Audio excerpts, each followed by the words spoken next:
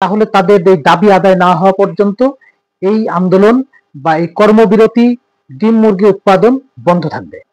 বাংলাদেশের অন্যতম আমিষের উৎস পোল্ট্রি সেক্টর কি তাহলে হুমকির মুখে? পোল্ট্রি অ্যাসোসিয়েশনের বক্তব্য অনুযায়ী তো তাই বোঝা যায়।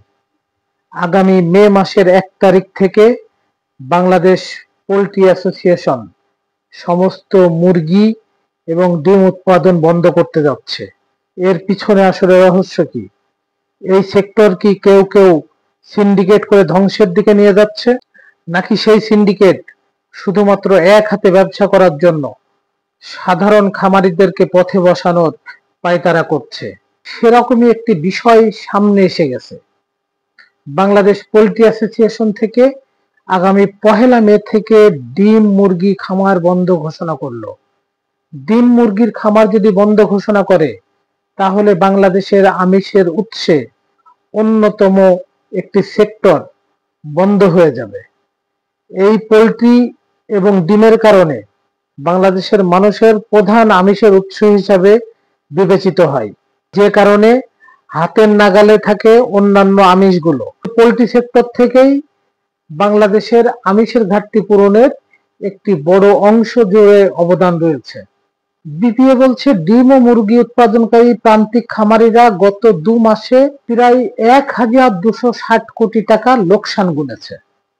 আর এতেই তাদের দাবি, সরকার যদি এই সিন্ডিকেট ভাঙতে কার্যকরী ব্যবস্থা না করে তাহলে তাদের এই দাবি আদায় না হওয়া পর্যন্ত এই আন্দোলন বা এই কর্মবিরতি ডিম মুরগি উৎপাদন বন্ধ থাকবে। বৃহস্পতিবার গণমাধ্যমে পাঠানো এক বিবৃতিতে বিপিএর সভাপতি সুমন হাওলাদার ঠিক এই কথাগুলোই উল্লেখ করেছেন।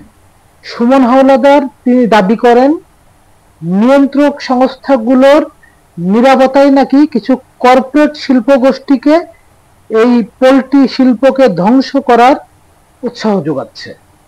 তিনি বলেন, পোল্ট্রি শিল্প ধ্বংসের ষড়যন্ত্রে লিপ্ত কিছু কর্পোরেট কোম্পানি। তিনি উল্লেখ করেন, গত রমাদান এবং পবিত্র ঈদুল ফিতরের সময় প্রান্তিক এই চাষিরা লাগাতারভাবে লোকসান দিয়েছেন। তিনি বলেন, ঈদের আগে প্রতিটি একদিনের বাচ্চা 28 থেকে 30 টাকায় কর্পোরেট কোম্পানিগুলো উৎপাদন করে, কিন্তু সেই বাচ্চাগুলো প্রান্তিক চাষিদের কাছে মানে খামারিদের কাছে পৌঁছানোর সময় তার দাম নির্ধারণ করা হয় 60 থেকে 70 টাকা। আর এসব কারণেই উৎপাদন খরচ বেড়ে যাওয়ায় প্রান্তিক খামারিরা লোকসানে পড়ছেন। কর্পোরেট প্রতিষ্ঠানগুলো, তিনি দাবি করেন, কর্পোরেট প্রতিষ্ঠানগুলো খাদ্য, বাচ্চা, ঔষধের পাশাপাশি ডিম ও মুরগির বাজারও তারা নিয়ন্ত্রণ করছে।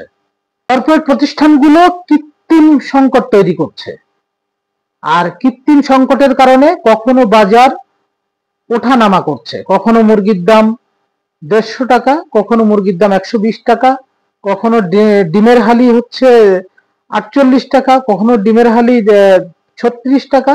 ঠিক এরকম ওঠানামার মার পেছে প্রান্তিক চাষিরা তাদের পুঁজি হারাতে বসেছে, কিন্তু এতে লাভবান হচ্ছে এক শ্রেণীর ব্যবসায়ীরা, যারা এই বাজারটাকে নিয়ন্ত্রণ করে।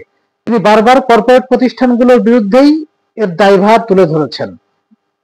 কারণ আমরা যদি লক্ষ্য করি তাহলে বাংলাদেশের বড় বড় প্রতিষ্ঠানগুলো, যারা অনেক উচ্চ লেভেলে ব্যবসা করে, যাদের আছে পোল্ট্রি ফিড, যাদের আছে বাচ্চা উৎপাদনের হ্যাচারি, যারা বিদেশ থেকে ঔষধ আমদানি করে এবং পাশাপাশি নিজেরাও উৎপাদন করে, এরকম সব কিছু তাদের হাতের নাগালের ভিতরে, এবং তাদেরই একটি সিন্ডিকেট আছে যারা বাজারে ডিমের দাম এবং মুরগির দাম নির্ধারণ করে।